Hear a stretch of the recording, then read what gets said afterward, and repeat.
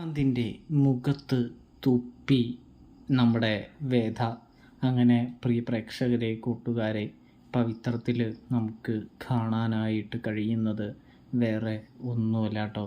അതായത് നമ്മുടെ വിക്രത്തെയും വേദയെയും പിടികൂടുന്ന കാഴ്ചയാണ് നമുക്ക് നാളെ കാണാനായിട്ട്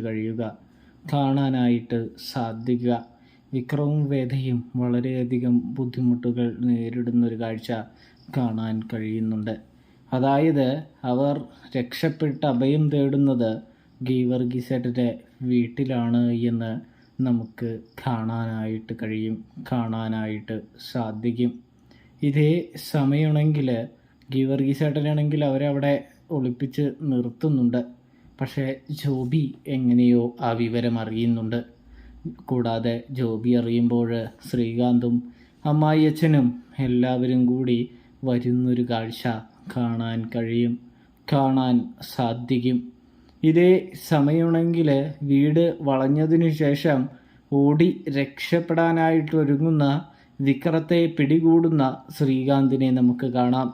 അങ്ങനെ ഒരു മരത്തിൽ കൊണ്ടുപോയി കെട്ടിയിടുന്നൊരു കാഴ്ചയാണ് പ്രിയ പ്രേക്ഷകരെ, പ്രിയ കൂട്ടുകാരെ, നമുക്ക് കാണാനായിട്ട് കഴിയുക. ഇതേ സമയമാണെങ്കിൽ വേദ പറയുന്നുണ്ട്, തൻ്റെ ഉദ്ദേശം എന്താണെന്നൊക്കെ എനിക്ക് നല്ല രീതിയിൽ മനസ്സിലായിടോ.